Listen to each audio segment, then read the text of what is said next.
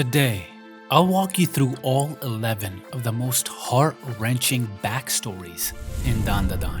I'm also going to reveal some crazy answers to questions you've been having just like me. Like, for example, why the hell is Momo so overpowered? Aren't you thinking that? Momo's powers are a mystery. Why is Momo so much more gifted and blessed than the others? She didn't even have any yokai help, like Okarun, Aira, and Gigi or anything. So, I went and did some digging and found answers. And I'm gonna reveal them to you. The theory of how and where Momo's powers come from exactly. And how these backstories transformed our characters. Because let's be real, some anime suck at emotional backstories. They're either so short you don't feel a thing, or way too long with filler arcs that won't end until Ash Ketchum is 90. But here's where Dandadan absolutely smashes it. These backstories hit hard. You know why?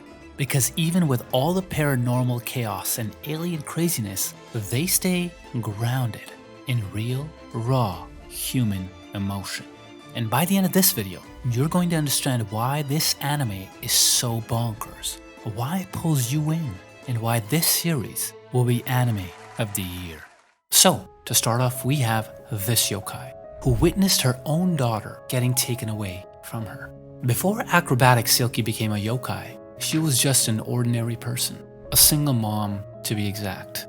She worked odd jobs to make sure her little girl had everything she needed, even going as far as selling her own body on nights to earn extra money. But even with all these struggles, she could be happy because of her daughter.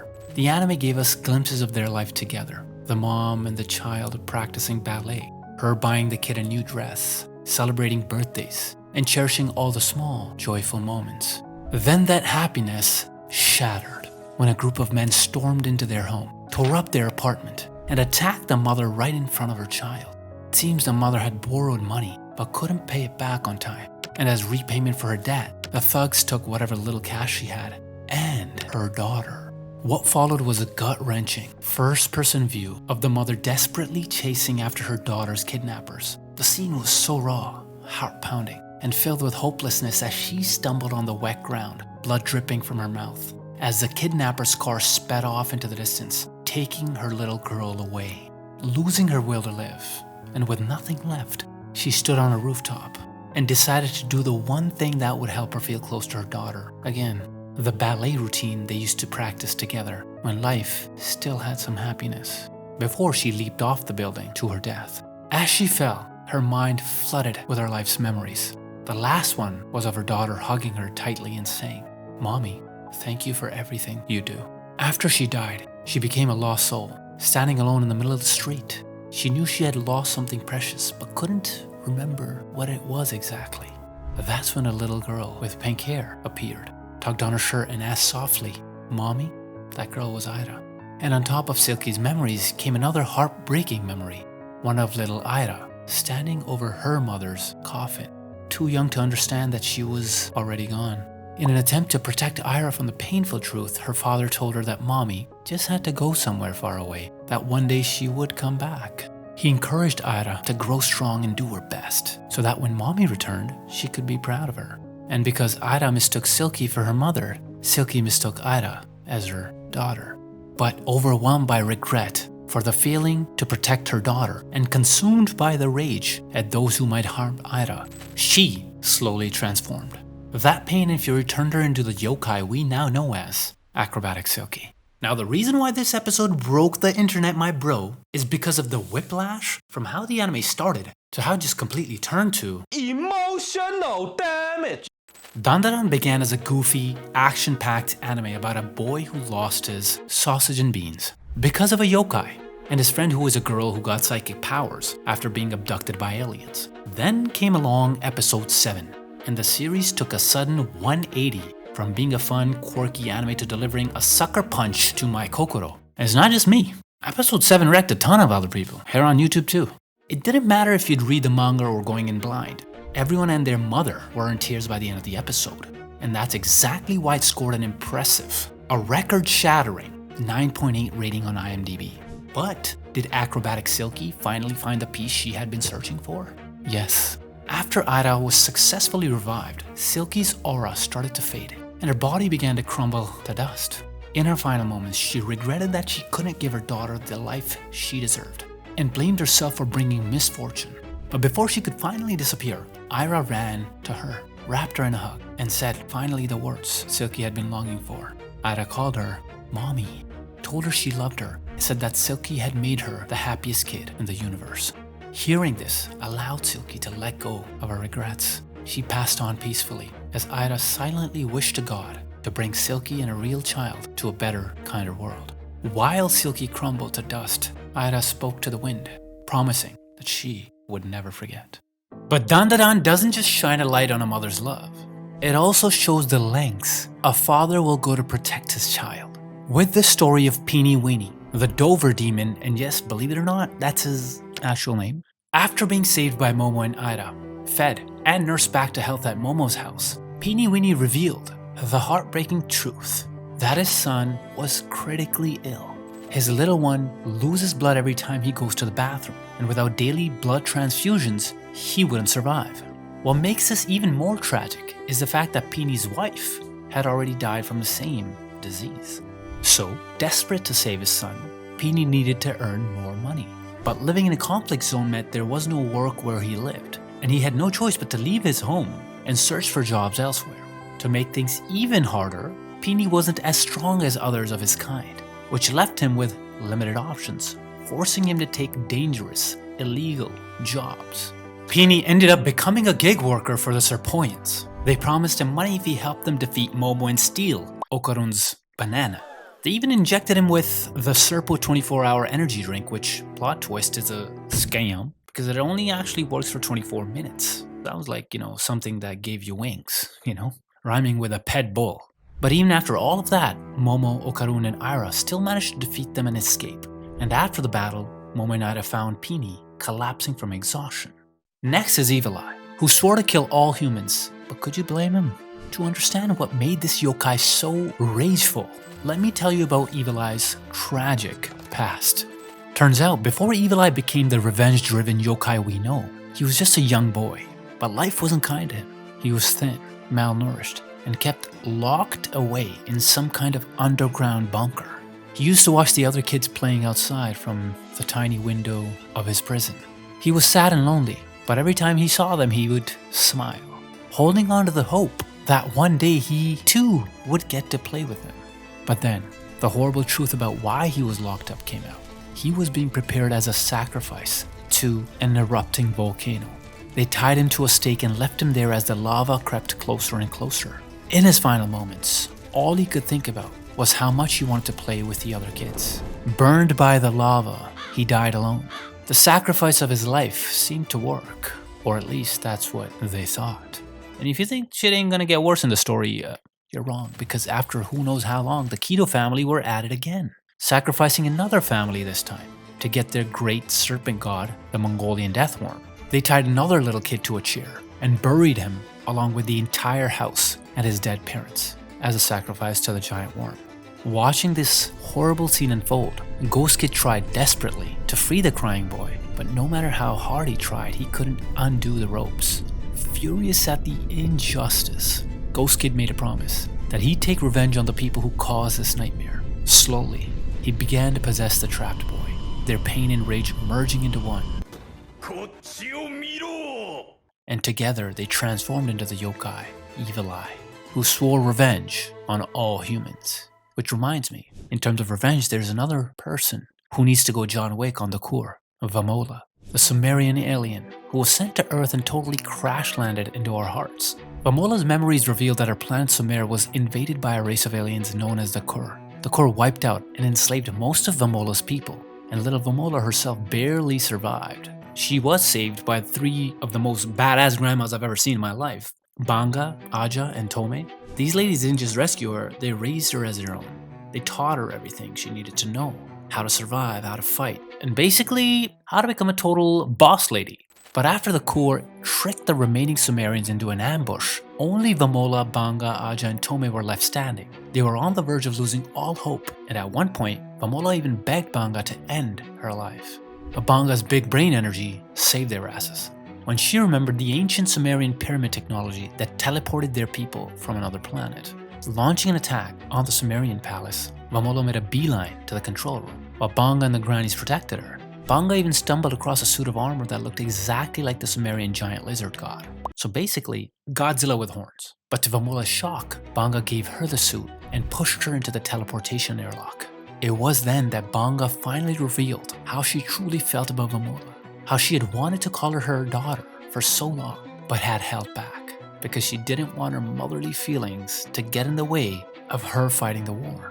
But despite her feelings, Banga sent Vamola to Earth with desperate hope that Vamola would find a strong man and start a family, and carry on the blood of Sumer for the next generation. With a tearful final, "I love you," Vamola was launched towards Earth. Vamola never got the chance to get her revenge though, because Reiko Kashima was quick to delete the entire invasion party that made it to Earth. Like how the hell is this so strong?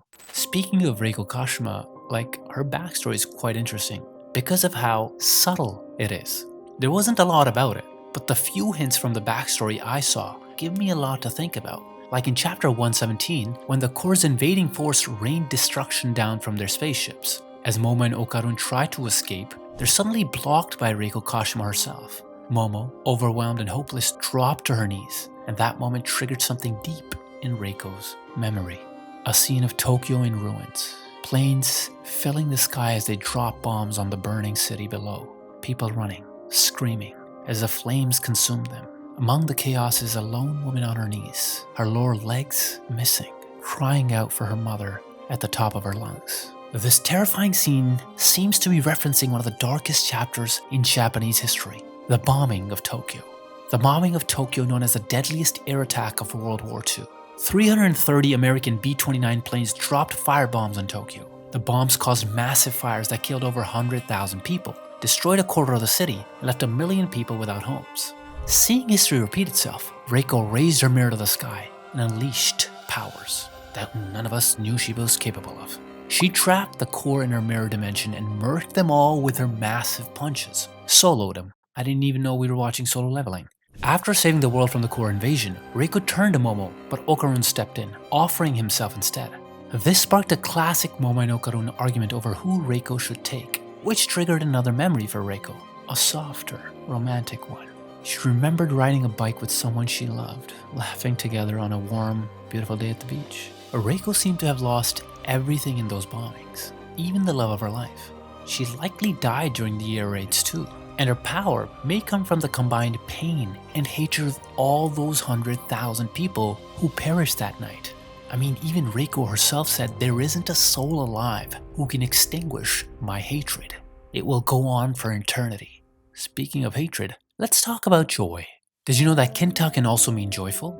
But let's be real, if you look at Kinta Sakata's life before he joined the crew, joyful isn't the word to describe it. Kinta was introduced back in chapter 64, and the guy wasn't exactly winning hearts. Then in chapter 99, Kinta went through an uneventful, boring school day, just blending into the background like always. And when he saw that Momo's house was missing from the lot, he realized the group was off fighting to save the world again. And of course, they didn't bother asking for his help. And that's when it hit me. Kinta's story isn't just about some loser trying to get some attention. It's the story of an average person who just needs to find their place in the world. As humans, we are wired to connect with others. It's what we need to feel whole. But Kinta has spent his whole life being shunned, treated like an outcast because of his love for mecha and robot action figures. His peers told him he was too old for it, but honestly, nobody's too old to have action figures, come on. And Kinta never learned how to read social cues or treat people normally, because no one ever treated him like a normal person. To everyone else, he was just a guy you either ignored or made fun of. But now, Kinta had everything he loved. Robots and beautiful girls right in front of him. And he swore he wouldn't run away from protecting them because he didn't want to live with regret for the rest of his life. Speaking about finding a purpose, it seems like Rin Sawaki found hers too, but not before forgiving herself for the death of a friend. When Rin was just a kid, she dreamed of becoming a pop star. Her bestie, Maya Kawabanga, wanted to shine just as brightly. They practiced day and night for a big singing contest. But life was not that simple for Rin. Unlike the other kids in her grade, Rin became a responsible kid early in life. While her mother worked, Rin came home early took care of chores, cleaned the house, and washed out over her bedridden grandma. As the contest day got closer, Rin realized she couldn't go. Her mom had to work again that day, and there was no one else who could take care of grandma. Rin tried to explain the situation, but Maya was not having it. Maya and her squad thought Rin was just flaking, using Maya to get popular and then ditching her. So Maya called Rin a traitor and stormed off.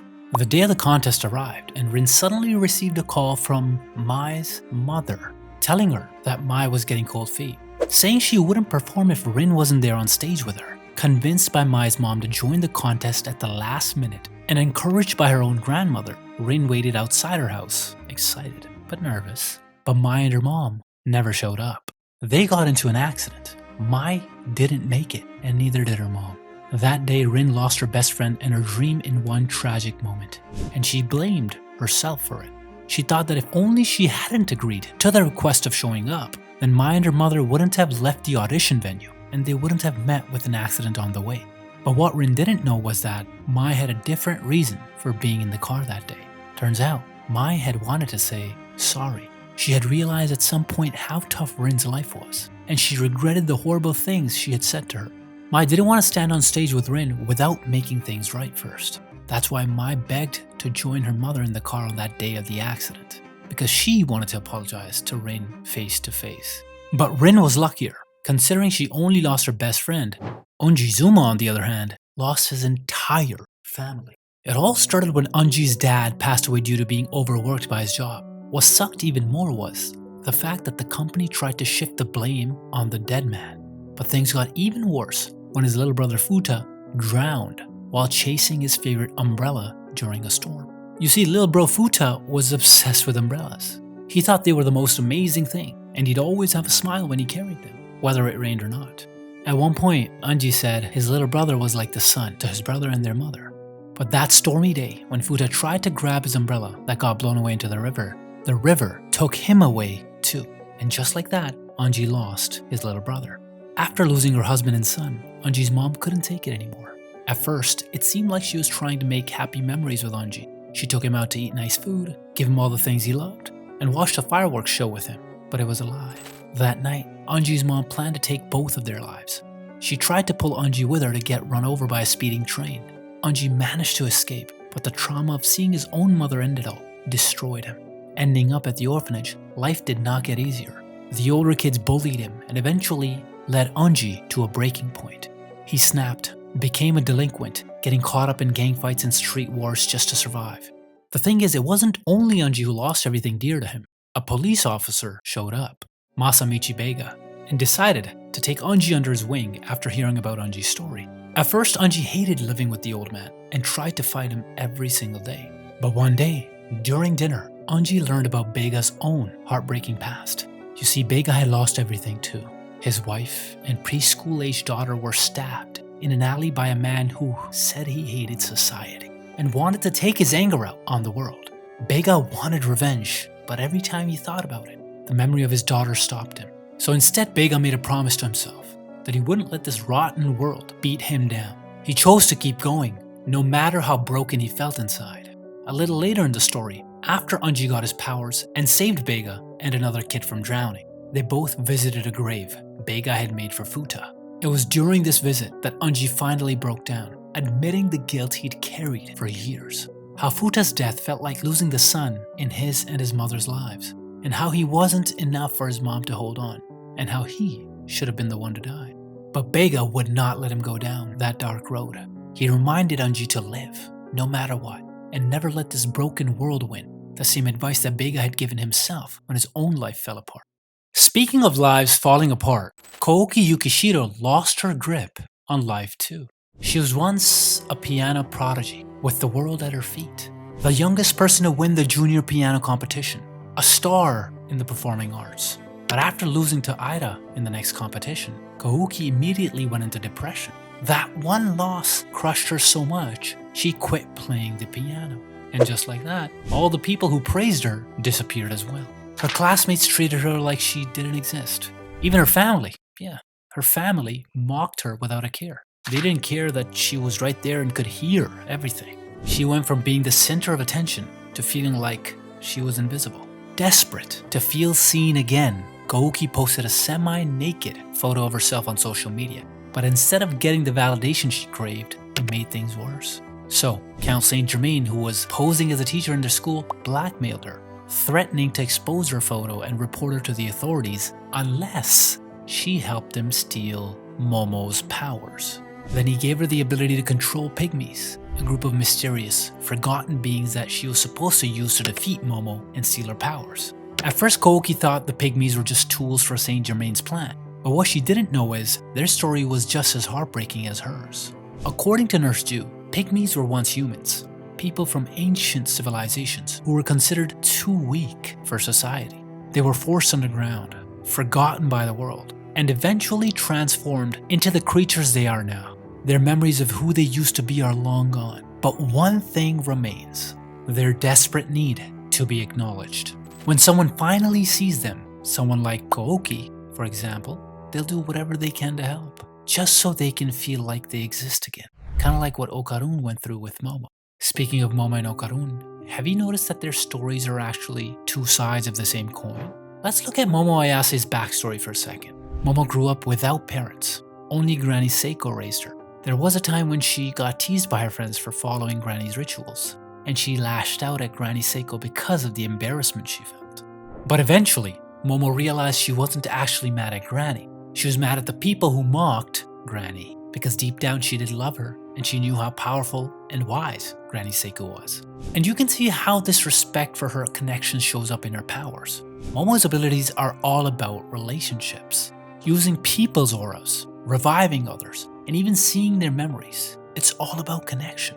On the flip side, let's talk about Okarun's story. Kenta Kakura's backstory was way more self-centered, but not in a bad way. It's just more personal. Because just like Kinta, Okarun was one of the nerds who either got made fun of or ignored entirely by the world. His main drive to find aliens was because he was lonely and he wanted friends.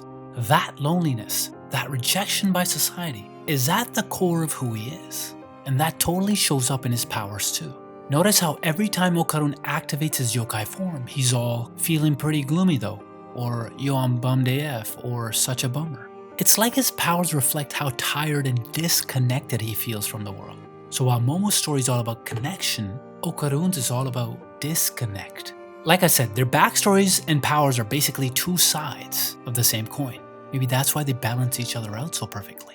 What I still can't figure out though is, what's the deal with Okarun's home life? Like, why haven't we seen his family yet? Like, bro almost died during the Kur attack and not a single phone call from a worried mom or, I don't know, an annoying sister? Is there something bigger going on there? Also, I realize there isn't a backstory for Turbo Granny or Count Saint Germain yet. But maybe looking into the creepy urban legends that these characters were based on will tell us something.